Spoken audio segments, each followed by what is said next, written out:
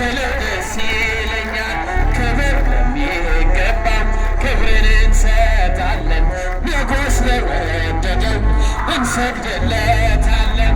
እንኳን ለዑራኤል ለሚቆም ጌታ ፊት ክብርን እንሰጥ የለም። ለምድር ሹማምንት ለሰው ልጆች አሉት ለስሙ ምስክር በዙሪያው ያሉትን አምጥቷል ክብር።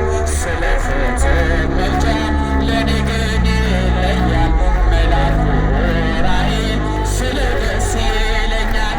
ከመላእክት ክብሩን ከፍ ከፍ ብሎ በአምላክ የተሾመ ዘንዶውንም ጥሎ አሳዳጊዬ ነው ሆኖ እናት አባቴ።